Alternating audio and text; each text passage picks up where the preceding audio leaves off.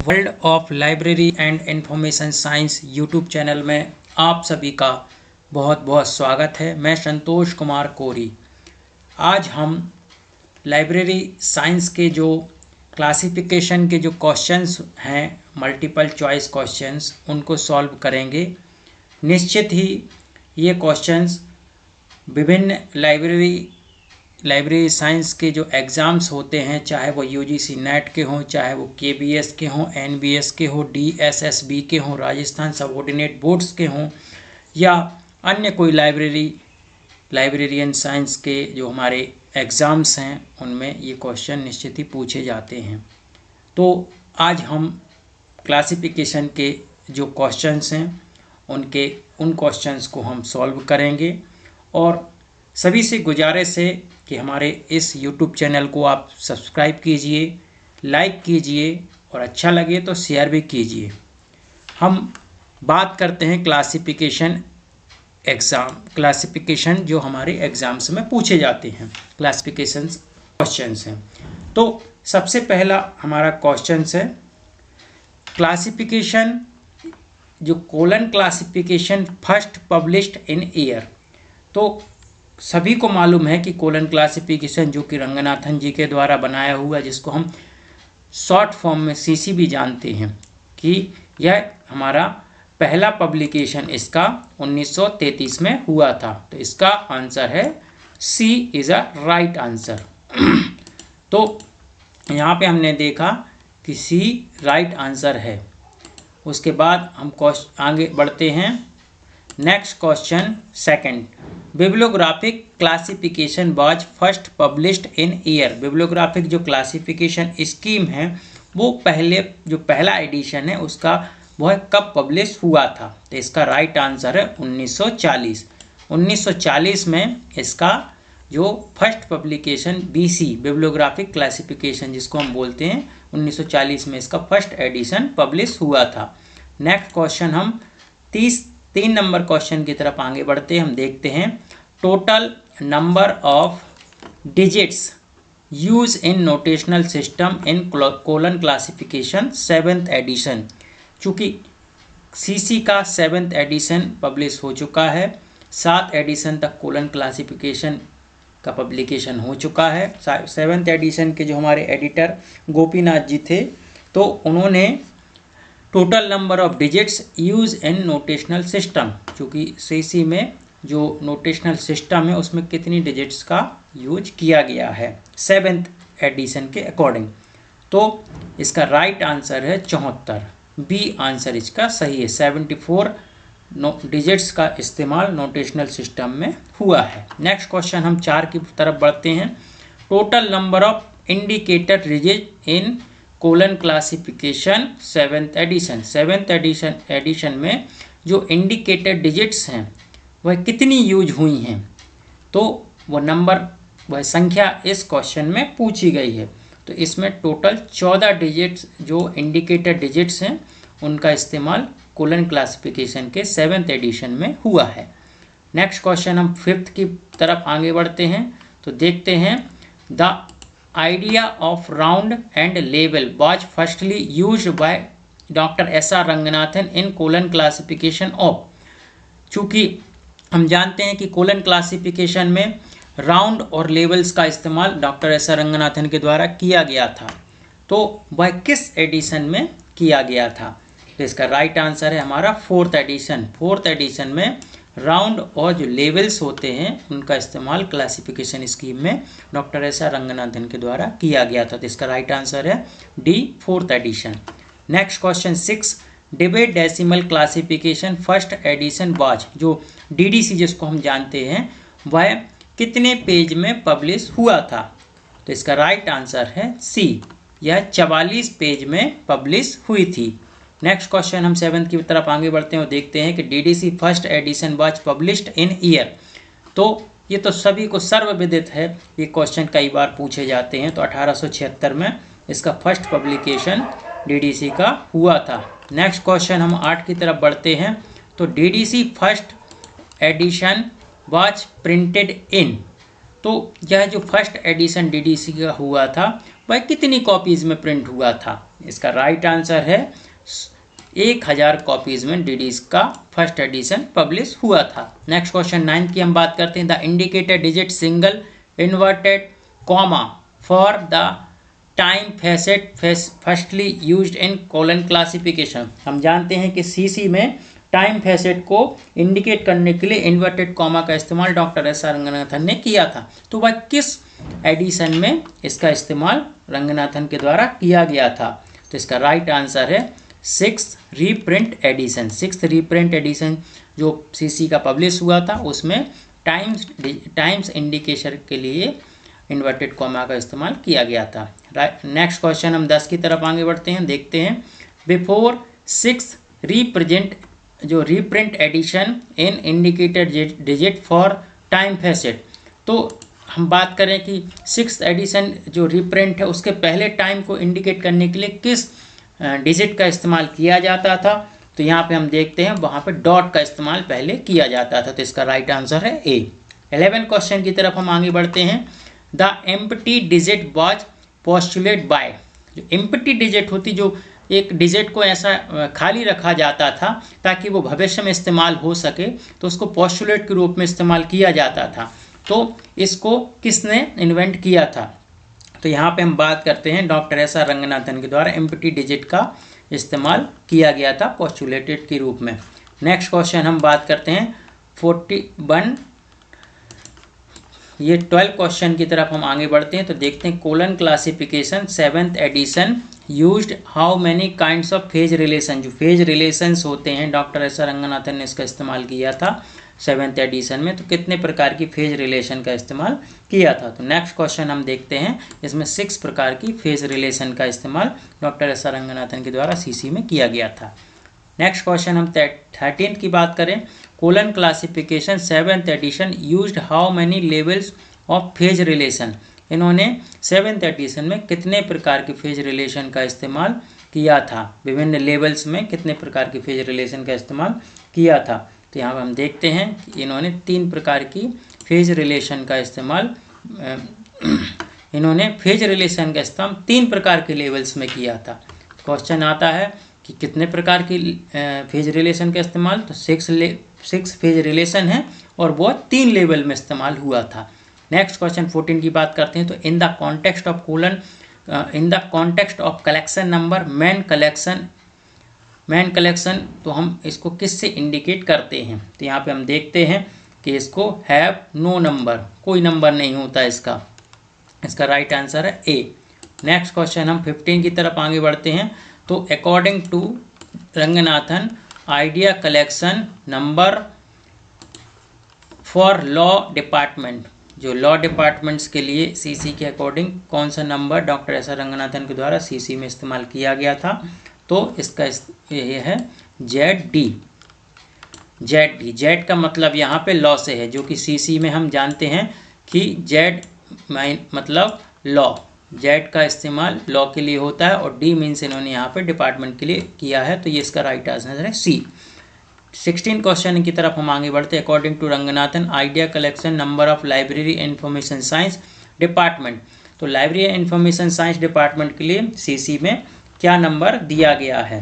तो यहाँ पे हम देखते हैं कि यहाँ पे 2D का इस्तेमाल किया गया है। 2 की चूँकि हम लाइब्रेरी साइंस को जानते हैं, 2 को हमने लाइब्रेरी साइंस यहाँ पे माना है और D से मतलब यहाँ पे डिपार्टमेंट है।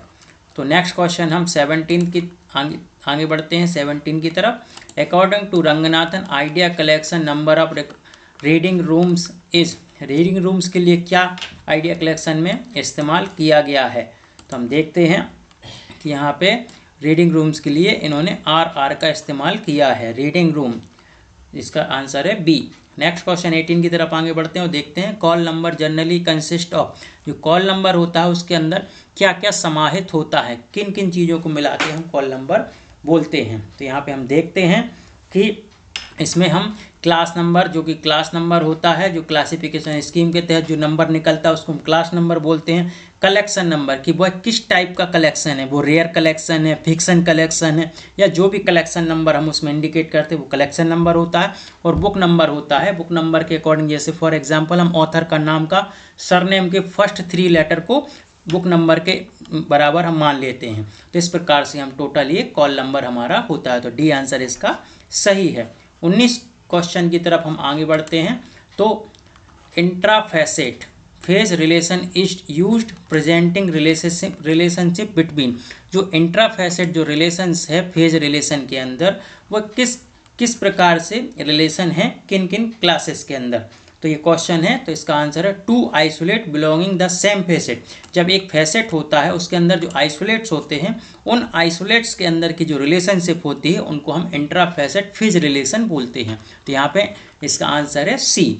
20 क्वेश्चन की हम बात करते हैं। इंट्रा अरे phase relation is used for presenting relationship between. तो यहाँ पे बात हो रही है इंट्रा अरे फेसेस, इंट्रा अरे की बात हो रही है। तो हम जानते हैं कि इंट्रा अरे में 2 आइसोलेट इन अ सेम अरे।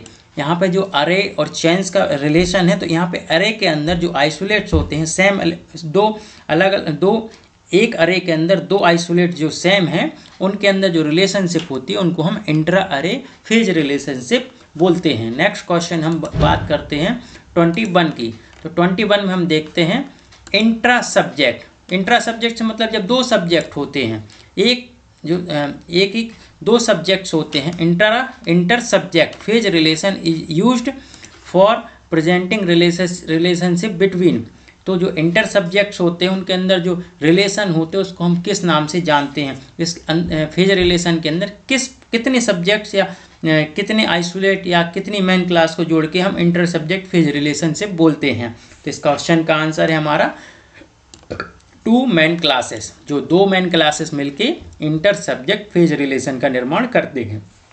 22 क्वेश्चन की तरफ हम आगे बढ़ते हुए देखते हैं the mode of formation involve in the subject ideology. जो मोड ऑफ फॉर्मेशन जो हमारे सब्जेक्ट का निर्माण होता है, तो सब्जेक्ट के निर्माण में जो आइडियोलॉजी इस्तेमाल होती है फॉर्मेशन में, तो उसको हम क्या बोलते हैं। तो यहाँ पे आंसर है हमारा क्लस्टरिंग। क्लस्टरिंग के द्वारा जो आइडियोलॉजी है मोड ऑफ फॉर्मेशन में इस्तेमाल होता है। 23 क्वेश्चन की तरफ हम आगे बढ़ते हैं। तो देखते हैं the mode of formation involve in subject management science. जो मैनेजमेंट साइंस जो सब्जेक्ट बना है, तो वह किस हम जो फॉर्मेशन के तहत उसको मानते हैं। तो हम देखते हैं कि इसमें डिजिटलाइजेशन क्या है कि जब बहुत सारे सब्जेक्ट्स का जब डिजिटलाइजेशन होता उसमें फिर मैनेजमेंट के अंदर ये कंसेप्ट निकला कि मैनेजमेंट के अंदर ये साइंस भी है, तो उसको हम डिजिटलाइजेशन मोड ऑफ फॉर्मेशन के तहत डिजिटलाइजेशन के अंतर्गत मैनेजमेंट साइंस सब्जेक्ट को निकला है। 24 क्वेश्चन की तरफ हम आगे बढ़ते हैं। The mode of formation involve in subject research methodology. तो रिसर्च मैथोलॉजी जो सब्जेक्ट बना है वो किस जो हमारा किस स्कीम या किस जो फॉर्मेशन के तहत रिसर्च मैथोलॉजी बना है, तो उसमें हम देखते हैं कि यह डिजिटलाइजेशन के अंतर्गत ये भी बना हुआ है, क्योंकि रिसर्च और मैथोलॉजी दोनों को इन्होंने रिफाइन करके डिजिटलाइजेशन करके उसको रिसर्च मैथोलॉजी एक नया सब्जेक्ट बना था। नेक्स्ट क्वेश्चन हम 25 की बात करते हैं। तो the mode of formation involve in subject statistical analysis. तो स्टैटिस्टिकल एनालिसिस, इसमें भी जब 2 स्टैटिस्टिकल अलग है उसका एनालिसिस हो रहा है, तो यहाँ पे भी डिजिटलाइजेशन का उपयोग हुआ है इस सब्जेक्ट के निर्माण में। 26 क्वेश्चन की तरफ हम बात करते हैं। The mode of formation involve the subject biochemistry. Biochemistry चूँकि दो सब्जेक्ट्स हैं, तो ये मिलके एक सब्जेक्ट बना है, तो इसके लिए हम जानते हैं कि इसमें हम फ्यूज़न जब विस्फोट होता है तो विभिन्न प्रकार के सब्जेक्ट्स मिलकर नए सब्जेक्ट बनते हैं। तो यहाँ पे फ्यूजन का निर्माण हुआ है। फ्यूजन से तात्पर्य 2 सब्जेक्ट यहाँ पे मिलके बने हुए हैं, तो बायोकेमिस्ट्री का fusion is a right answer. Next question 27 की बात करते हैं। The mode of formation involve in subject astrophysics. तो एस्ट्रोफिजिक्स में भी 2 सब्जेक्ट्स मिलकर एक नया सब्जेक्ट्स का निर्माण हुआ है, तो यह हुआ है फ्यूजन। ये भी सब्जेक्ट के विस्फोट के कारण विभिन्न जब सब्जेक्ट का जब उसका चलन हो जाता है तो उनके दो सब्जेक्ट्स मिलकर एक नए सब्जेक्ट का निर्माण कर देते हैं, तो उसको हम फ्यूजन बोलते हैं। यहाँ पे हम 28 क्वेश्चन की तरफ आगे बढ़ते हैं। तो हम देखते हैं the mode of formation involve in the subject natural science. Natural science का जो सब्जेक्ट बना है तो वो किस फॉर्मेशन के तहत बना है, तो हम जानते हैं कि यह एग्लोमरेशन से जब दो सब्जेक्ट्स मिलके एग्लोमरेशन जब इनमें संबंध स्थापित हुआ तो इनको एग्लोमरेशन प्रक्रिया के तहत नेचुरल साइंस का निर्माण हुआ है। नेक्स्ट क्वेश्चन 29 की बात करते हैं। The mode of formation involve in subject social science. तो यहाँ पे भी हम देखते हैं कि ये दो फॉर्मेशन हैं, सोशल अलग है और साइंस अलग। ये भी दोनों अलग अलग स्ट्रीम है, दोनों को मिलके फिर एग्लोमरेशन के तहत इस सब्जेक्ट का फॉर्मेशन हुआ है। नेक्स्ट क्वेश्चन हम 30 की बात करें। The mode of formation involve in subject physical science. Physical science की बात करते हैं तो यह लेमिनेशन से मतलब ये होता है कि वह सब्जेक्ट जिसमें बहुत सारी परत बाय परत चढ़ती जाती हैं और वो जाके एक नया सब्जेक्ट निर्माण करते हैं तो उसको हम लेमिनेशन बोलते हैं। तो यहाँ पे फिजिकल साइंस जो सब्जेक्ट्स का निर्माण हुआ है वो लेमिनेशन प्रक्रिया के तहत हुआ है। नेक्स्ट क्वेश्चन हम 31 की बात करते हैं। डिक्टोनॉमी मीन्स क्या होता है? डिक्टोनॉमी मीन्स होता है, हम देखते हैं division into 2, division into 4, division into 3, division into many. तो डिक्टोनॉमी के अंतर्गत हम देखते हैं कि डिवीजन इंटू 2, तो यहाँ पे 2 से तात्पर्य डिक्टोनॉमी का है। अब बात करते हैं डैक्टोनॉमी मीन्स क्या होता है? तो डैक्टोनॉमी मीन्स होता है डिवीजन इंटू 10। तो डैक्टोनॉमी इट मीन्स 10। यहाँ पे 10 डिवीजन में उसका जो होता विच्छेदीकरण माना जाता है, और यहाँ पे डिक्टोनॉमी मतलब दो डिवाइसेस में इसका विच्छेदीकरण। हम 33 बात करें तो पॉलीकॉथोनॉमी मतलब होता है हमारा इसका डिवीजन टू मैनी, या विभिन्न जो हमारे विभिन्न सब्जेक्ट हैं या विभिन्न आइसोलेट, इनमें इसका डिवीजन होता है, जिनको हम पॉलीकॉथोनॉमी बोलते हैं। नेक्स्ट क्वेश्चन हम 34 की बात करते हैं। तो tree is porphyry is a systematic representation of, जो हमारा एक वृक्ष है, वृक्ष के अंतर्गत उसकी बहुत सारी शाखाएं होती हैं, तो उसका हम किसको स्वरूप मानते हैं? तो क्वेश्चन हम बोलते हैं डायक्टोनॉमी। इसका राइट आंसर है डायक्टोनॉमी, तो इसका राइट आंसर है ए। नेक्स्ट क्वेश्चन हम 35 की बात करते हैं। The empty digit device employed by doctor S R. Ranganathan in year. जो एम्प्टी डिजिट डिवाइस का इस्तेमाल डॉक्टर रंगनाथन में किस ईयर में किया था? तो इसका राइट आंसर 1963 में डॉक्टर एस.आर. रंगनाथन के द्वारा इसका इस्तेमाल किया गया था। नेक्स्ट क्वेश्चन हम 36 की बात करें। 7th edition of CC was published in year. जो 7th एडिशन सीसी का हुआ था वो किस ईयर में हुआ था? तो इसका राइट आंसर है हमारा 1987 में इसका एडिशन का पब्लिकेशन हुआ था, जिसके एडिटर गोपीनाथ जी थे। नेक्स्ट क्वेश्चन 37 की बात करें। First depth schedule designed bye D-evolution is published in year. तो इसका राइट आंसर है हमारा डी 1950। नेक्स्ट क्वेश्चन हम बात करते हैं एम्प्टी डिजिट मीन्स। एम्प्टी से मतलब होता है खाली, ऐसी डिजिट खाली रखते हैं जो भविष्य में इस्तेमाल के लिए हम कोई नया सब्जेक्ट आता है तो उस नए सब्जेक्ट के लिए हम उसको नंबर को दे सकते हैं, इसलिए उसको हम एम्प्टी डिजिट बोलते हैं। तो नेक्स्ट क्वेश्चन हम 38 की बात करते हैं। तो are digit without ordinal value without semantic value. तो इसका हम राइट आंसर देखते हैं। इसका राइट आंसर है C, a digit with ordinal value without semantic value. कुछ इसकी ऑर्डिनल वैल्यू तो है परंतु इसकी कोई सेमेंटिक वैल्यू नहीं होती है, तो इसका राइट आंसर है सी। 39 क्वेश्चन की तरफ हम बढ़ते हैं। तो देखते हैं एम्प्टाइंग डिजिट। एम्प्टाइंग डिजिट मीन्स क्या होता है? एम्प्टाइंग डिजिट मीन्स होता है a digit without ordinal value with semantic value. ऐसी डिजिट जिसका ऑर्डिनल वैल्यू कुछ नहीं होती परंतु इसकी सेमेंटिक वैल्यू होती है वो बहुत होती है, तो उसको हम एम्प्टाइंग डिजिट बोलते हैं। इसका राइट आंसर है सी। नेक्स्ट क्वेश्चन हम 40 की बात करते हैं। तो 40 which edition provide the facet formula for each basic classes in term of fundamental categories. तो इनमें से कौन सा एडिशन है जो फेसेट फार्मूला की ईच बेसिक क्लास में फंडामेंटल कैटेगरीज का इस्तेमाल करती है। तो हम देखते हैं कि इसमें थर्ड एडिशन में फैसेट फार्मूला का इस्तेमाल हुआ था, जो फंडामेंटल कैटेगरीज को फंडामेंटल जो कैटेगरीज है उसके अंदर बेसिक क्लास को फार्मूला फैसेट फार्मूला का प्रत्येक फंडामेंटल कैटेगरीज में इस्तेमाल हुआ था। नेक्स्ट क्वेश्चन हम 41 की बात करते हैं। Who gives the idea of 3 plans. जो 3 प्लान्स होते हैं तो वह उसका इस्तेमाल, जो उसका आइडिया है, किसने दिया था। तो 41 में हम देखते डॉक्टर एस आर रंगनाथन ने दिया था।